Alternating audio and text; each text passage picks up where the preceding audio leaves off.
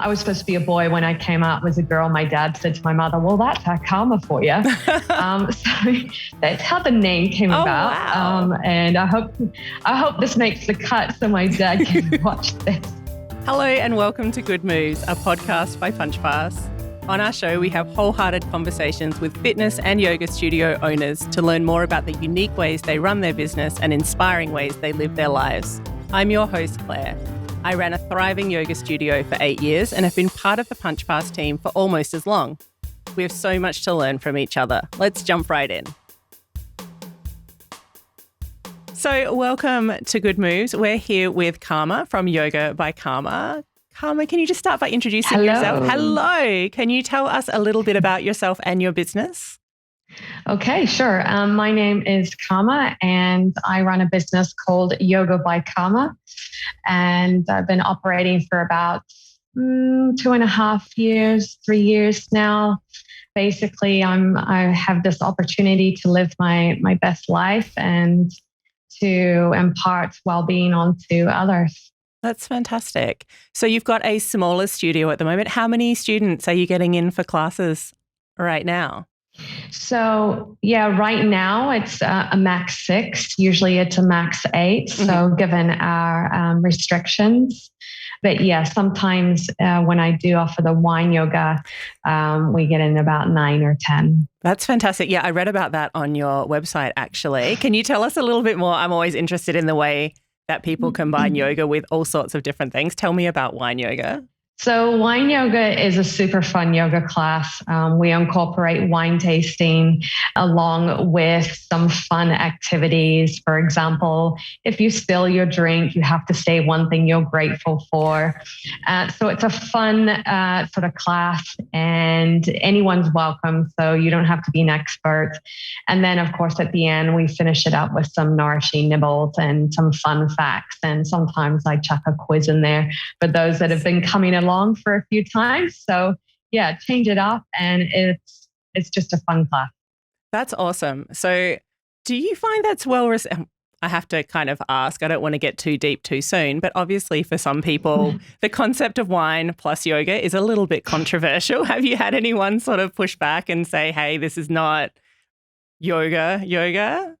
No, not at all. In fact, I remember going into a store one time when I first opened my business and I was talking about my business and this woman said, no, yoga's not my thing. But if wine was involved, and I said, hold that thought, I will make it happen. So I've actually got people who have never done yoga before coming to do yoga. I mean, and we're talking only a small amount of wine there. It's literally wine tasting. Yeah. So everyone is not, falling out of the yoga studio intoxicated. No, It's not about that. And I think that's always I've run a yoga studio in the past. And I think that's always been my philosophy too, is I would rather have 100 people turn up imperfectly than one person turn up perfectly. It's like getting people in and getting them to a yoga class that they're comfortable with, I think is such a critical thing because it's a huge step for people. I mean, I think people really, it's intimidating to walk into a yoga class for the first time. And if you can couple it with something that they're comfortable with and that feels a little bit maybe irreverent and connected to something they do in their regular life, it's not this wild, crazy next step. Do you find that it helps people take that first step? And is that the type of community that you tend to attract as well? You attract people from all over the place? Are they finding you, do you think? Yes, I think there's a lot of misconception and the clientele that I have in the community, a lot of them haven't done yoga or they think you have to be flexible to do yoga. Right. And wine yoga is just one of those ways of getting people in and seeing that there is a yoga for everyone and getting them to understand that it's not just about being flexible. It's about the whole package, the well-being package. We do breathing, we do mindfulness and meditation and breaking down those walls and barriers. I think it's important for us as yoga teachers. So if we can, offer different classes, then that's a way to expose people to a better, healthier well-being. Absolutely. So how did you first get exposed to yoga? Obviously, your name is Karma. So I feel like maybe it may have been somewhere in your childhood, but maybe I'm completely wrong about that. Can you tell me a little bit about your journey? Sure. I'm legitimately called Karma. A lot of people think that it's a name that I've changed to suit my job, but I was supposed to be a boy when I came out as a girl. My dad said to my mother, "Well, that's our karma for you." So that's how the name came about. Wow. And I hope this makes the cut so my dad can watch this. Anyways, I came about yoga because I've been involved with sports my entire life, competitive sports, and I got to the age where I was finding that this competitive sport is just, I was not able to do that anymore. And so I started doing yoga, and I found the byproduct of doing yoga was calming my very busy monkey mind, calming my very busy body. And I've always been a teacher my adult life in some way, shape, or form. And I literally had a light bulb moment where I wasn't quite happy with the place that I was teaching. And I was like, what can I do? What can I do? And I literally was like, oh, I know. I'm going to quit my job, train to become a yoga teacher, and open a whole yoga studio and create an environment that people come into some tranquility. So yeah, it was literally one day.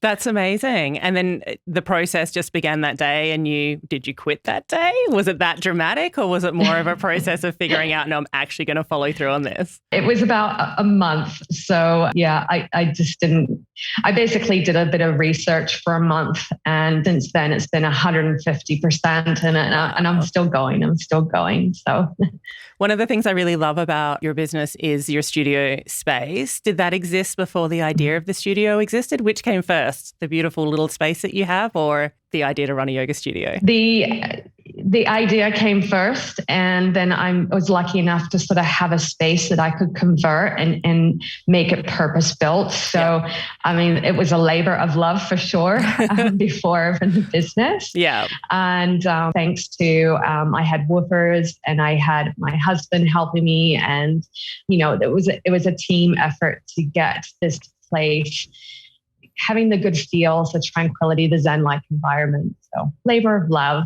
Yeah. I think it's really important to have that sort of moment where people walk across the threshold and they really feel that sense of peace and calm. I think that's something that's, there's something beautiful about practicing yoga, in a gym or, somewhere a little bit different and making it work. But something about having that committed studio space, I think, is really a beautiful part of the practice. And it gives people that opportunity, exactly. I think, just to switch gears a little bit quicker.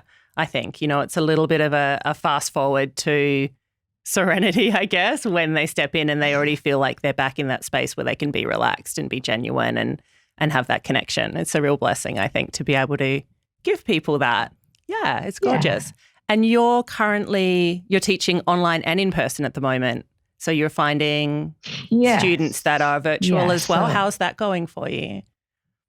So at first it was really challenging, and I think it was quite good being able to just offer it online first. Mm-hmm. And then when we were able to open the studio again, then learning how to offer those hybrid classes, teaching in studio and online at the same time. Yeah. But just like anything in life, practice makes precision. So I still offer those classes, and it gives everyone, I guess it incorporates my motto, yoga for all, everyone the opportunity to practice yoga. So if they don't feel comfortable coming to the studio, or they now happen to miss because they're sick or something happens, they have that access there to, online. Yeah. So. Do you feel like you're mainly serving, is it people generally do both? So it's still local people for the most part coming to your online classes. So you still really feel like you're serving the local community, or are you finding those online classes are finding a broader audience? To be honest, it's still local community. That's and my clientele very much like the whole package. So I find that when we have to shut down the studio for the alert level changes, then, clientele does drop off. Yeah. A lot of these clients, they've got families at home, or their space is not conducive to practicing yoga, and they want to come in. That's their time away from their kids or their busy life. They want to come in and get that Zen-like environment as well as their yoga practice in. So it's a great opportunity to broaden it, but also there's only one of me. So, there's only so much you can do to market and spend time. I'd love to have more of me. Yeah, it's definitely one of the things I think a lot of yoga studio owners struggle with, but I think the online realm has given them that possibility. Are you dabbling in recorded classes at the moment? Are you using the content library and things like that? Or are you sticking to live at this stage? So I have a little bit of both, really. What I've found really useful and my clients have found really useful is when I teach a beginner's course, I will record the class. Mm-hmm. And because the courses are 9 weeks, then sometimes people miss out. And so they will access the recording. Nice. They have access to those recordings for the full 9 weeks of the course. Yeah. And then also the little tutorials that they have access to. So pre-recorded material as well as live, everything. Yeah, the whole bit. One of the things I saw that I really like that you do is you do the beginner's course, which is great. And I think that's a real foundation for a lot of yoga studios and something that is really, really common. But the thing that I saw that you do that isn't as common is doing the next step. So not quite beginners, but not quite ready to come into regular classes. You've got sort of that next level for beginners. Why did you implement that? What did you see was happening after your beginners courses? Just people still weren't ready to take that step, or was there different things you wanted to add in there? So people wanted, I ran a whole bunch of beginners classes. And what I was finding is that, they're not quite comfortable enough to come into sort of your casual yoga all levels is what I've titled it anyways. Mm-hmm. So I created a beginners plus yoga course. So it gives them that next step. And I also offer it at the same time. So for the 9 weeks, say, for example, it's a Thursday at 6:00. And then for the next term, the beginners plus, all those clients have the opportunity to transfer into the beginners plus course. And I guess that keeps people committed and it progresses them. And then you find that after those courses, they actually feel more comfortable coming into those casual classes, those yoga for all levels. So it gives them a little bit more confidence, a little bit more practice. Yeah. And, because there's only so much you can accomplish in 1 hour a week for 9 weeks. Right. And I think even 9 weeks is quite long for a beginner's course. I mean, we see lots of studios who are running beginner's courses for 4 weeks, 6 weeks. I think that's more the standard. So I really love that you spend that much time with them. And I really feel like you must have a good handle on what they need at that point, really listening to the needs of your community and your students and how they're feeling and what they need to do next, which I think is really, really brilliant, because an all levels class is not really an all levels class. I think for a lot of studios, it's a lot of studios, I think, want to welcome beginners to give them somewhere to go. But if you give them that bad first experience where they feel intimidated or out of their depth, I think that's a really precious time as yoga teachers to just really catch those people at the right time. Absolutely. It doesn't take much to throw them off and have them go, well, that wasn't for me. Yeah. We always try to encourage people to try different teachers and even different studios. I think that's a really interesting way to go. Do you have other studios nearby? What does the yoga scene look like in your area? So when I first opened the studio, there weren't any studios in the area. There was only the community centers that you could go to, massive community centers. Since then, there's been a couple more yoga studios opened up. But I sort of live in the countryside, rurally, so I service different areas. I'm right smack in the middle of different areas. So there are some little studios popping up here and there. They tend to be studios that are at a school or a community center. Yeah. So I like to think that I'm offering something different to them. And 100% always encourage clients to try out different teachers, try out different places and find something that works for them, because not everyone's going to like me or my studio, they might resonate with someone else or different style of yoga. And so I'm big on that. Yeah, absolutely. And you've got a few other teachers working for you now. Are they teachers that have trained with you specifically, or are they teachers that you've just seen resonating with the style of yoga and the type of community you want to build? How do you find your people? So I put out a job ad, as per usual. And then I get to know the teacher. I get to watch their style. And what I base it on is being able to offer the client different styles of yoga, so different people. So I try and find people that are completely different to me, so that, if a client comes in and like this didn't gel with me, and I say, okay, what is it that you're after? What are your goals? Okay, how about you try this teacher? And so I employ, or I contract out different teachers to provide that opportunity to try different styles and different teachers, because at the end of the day, we all had that science teacher or English teacher that we didn't quite like. We all had that favorite math teacher that we did. It's the same with yoga, isn't it? So, do you think that influences people and the type of yoga that they maybe eventually start following along with? Do you think maybe the teacher can be powerful enough to have them attracted to a particular style because they love the teacher and they love the way they teach? Absolutely. Yeah. I think that's a huge part of it. And I think that's just human nature, isn't it? Where we gravitate to our peeps, and Totally. Our teacher. And that's totally fine. I think that's great. If you can find someone that works with you and resonates with you and it helps you achieve your goal, then great. But yeah, I think you find in the yoga world, people get very attached to their teachers. Oh my and God. I think also the same, as teachers, we could have our favorite clients, but, Right, of there's course. certain people we absolutely love coming in and bringing their energy. So, yeah. What are your favorite types of students? Controversial. I mean, obviously we get to see very much so. Very much, I know. So sometimes obviously you get to see people transform or come in a bit shaky and then bloom and blossom. What kind of things do you resonate with? I like the ones that come in and who are vulnerable and share. And because it's a small studio, I always like the ones who have come in and they're new to the community and they make friends and they find themselves in a comfortable environment.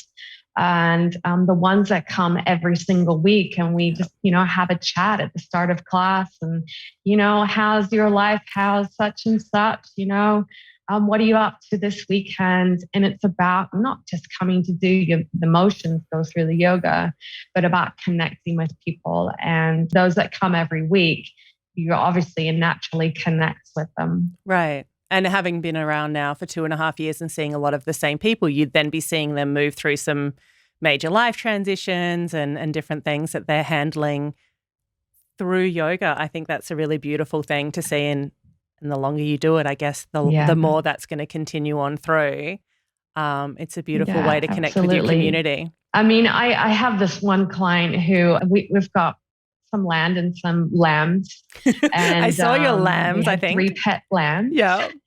Yeah. And I have this one client who loves the lambs. And so she's been coming to feed the lambs and comes a little bit early to pet the lambs. And it's just, that warms my heart because I've made her day in more ways than one, not just coming to do yoga, but, she gets to connect with nature and just warms my heart.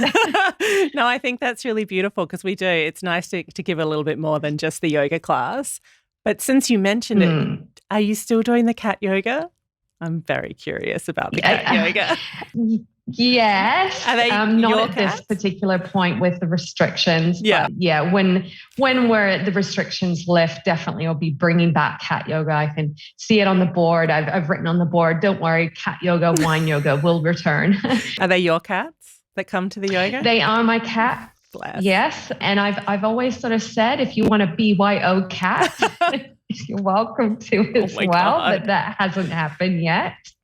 Oh my, that would be quite a yoga class. Have you thought about doing outdoor things and, things out on the lawn, or do you stick to the studio and enjoy it in that way instead? I have thought about doing it out on the lawn, but it's just one of those things I haven't got around to yet. Fair and enough. Now we've got the lawns being all dug up. So this summer's out as well because the lawn's all dug up. So, it's one step at a time. I think that sounds more than reasonable. Speaking of balance and one step at a time, what does your practice look like these days? Do you still practice now that you're teaching? Because you teach quite a bit each week. Do you still? Yeah, I teach probably about 16 hours a week. Wow. So yeah, it is a lot. I sometimes attend my other teachers' classes and get a good dose of my own yoga practice.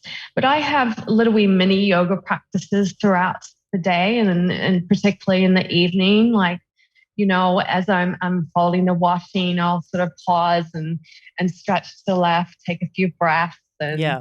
I might do a half moon as I pick up the washing, or before bed, Yeah. just do a downward dog. I do guided meditation every single day. So I just sort of interweave my yoga practice throughout the day and in the evening especially. Yeah, that's gorgeous. I think a lot of people do end up making that transition. I remember feeling like if it wasn't an hour and a strong, powerful vinyasa class, you couldn't tick off that yoga box. But I think it's so much more important to just weave it in and just have it be a part of your life. Yeah. And it's great if you get an hour every now and then. But yeah, the little bits, 10, 20-minute practices are really a fantastic thing to do. Exactly. And it's realistic. And I actually say it to my clients, if you can get in 1 minute, 2 minute, even if it's just a breathing practice for a minute, exactly. you're doing something. Yeah. And, in this busy world, gosh, especially running a business, it's so hard to find that hour. So yeah, you can relate. So yeah, it's really interesting. And I think a lot of people, it's very possible that a lot of people have not done that for 10, 15, 20 years before they stopped and been present. I mean, I remember teaching classes where we would just do really simple breath work, like literally sitting and feeling your breath go in and feeling your breath go out. And that was honestly the first time that people had done that and been present, because they would literally wake up every day and then go to sleep at night. And in between it would be one thing to the next, to the next, to the next, to the next. And I think that's quite a remarkable thing to break that cycle for people and just show them that there is another way for their brain to exist, I think is maybe the best way to put it. It's a real gift to give to people, I think. I think also you find that once you've got that regular practice, gosh, if you find that I can't not have life without that practice. Right. Now. So, it's I don't want to use the word addiction, but it becomes like you have to have that in your life, because otherwise you feel like crap. Yeah. It's that maintenance. And I think it's, as people get older as well, they just assume their body is going to start going downhill. I think I had someone message me once and say, I'm 38 and I'm just starting to feel so old, and let's not talk about how old 38 really isn't. And I was like, but it doesn't have to be that way. And don't get me wrong, some people have genuine conditions and injuries that can't be overcome with yoga. It is not a miracle.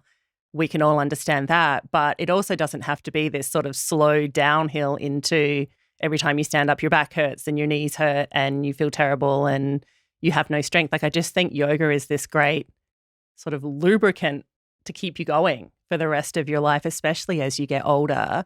I remember getting a message when I was a studio owner from a 38-year-old, which is not old, but I think I was 38 at the time actually, which was kind of interesting. It was like, oh, and she was, I'm getting older and everything's starting to hurt and I'm wondering if yoga can help. And I think that it's, 38 isn't old.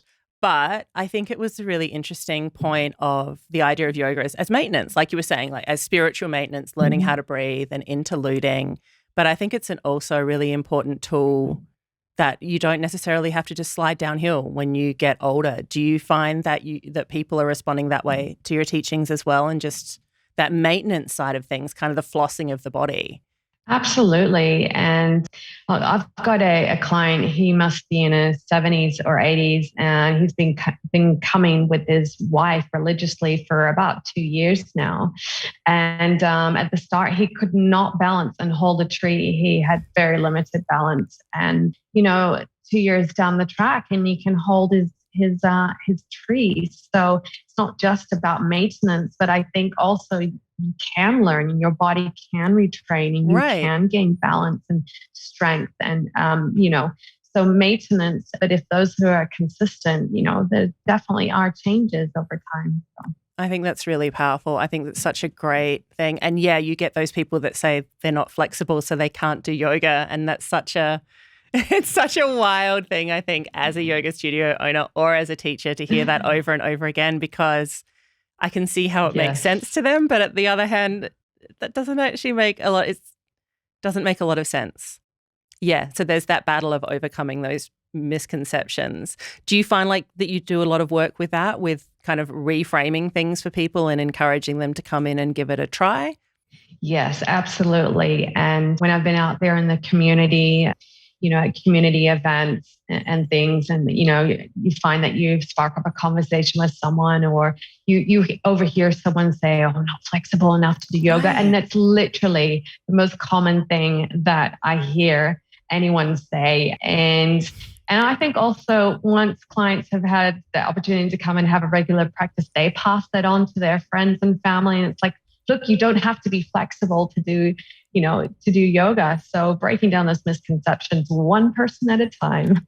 Yeah, I think that's really, really important. Do you feel like your studio is deliberately a welcoming place for all body types and demographics? Do you deliberately train your teachers or make sure that's part of the kind of vernacular of the studio, is that it's super duper welcoming? Absolutely. But I make sure that when a client first comes, they'll write down their goals and get the teacher to know. And one thing I love about Punchpass is you can write the notes in so that we can see and communicate clearly about what the client's needs are, and then direct them to a class that does suit their needs, whether it be a restorative yoga, a beginner's course, so that everyone does feel like they're here. And then sometimes they offer a mindfulness meditation class. And so if you can breathe, you can do yoga. And that's something that I really like to push and to communicate that to people. Yeah, but I think the flip side to that is that not all classes are for everybody. And I think there's a power in that too. Correct. And that was always something that I was really strong on when I was running a studio, is if we're really clear about what this class is for and who's most suited to it, that really gives people the freedom to give it a try if they want to give it a try. But it means the teachers can teach it the way it's supposed to be taught, keeping everyone safe, obviously, and not putting anyone at risk, but making sure that there's enough classes there that everyone can get to a class that suits them the best. So you've been with Punchpass since you created your studio. That's right, isn't it? Yes. So you'd never used spreadsheets and actual punch cards or anything like that. You've been using the software since the very beginning. Yes. So when I first started out, I did a lot of research on different booking systems and communicated with various different companies. And to be honest, Punchpass was an absolute no-brainer compared to everyone else and everything else. I absolutely, and still to this day, love Punchpass. And I'm not just saying this is not biased. No, it's all good. Content here. And my clients as well, so many say, and a lot of them are sort of middle-aged, and they say it's really easy to use, which is important, for clients to be able to access something that's easy to use. Yeah, absolutely. So you're finding it takes a lot of the load off of you from an admin standpoint. Do you use any other systems, or is it really just Punchpass and you and away you go? Just Punchpass, pretty much. I mean, it's got everything that I need to collate any information. It's got, information about clients, which is really important, people's health status.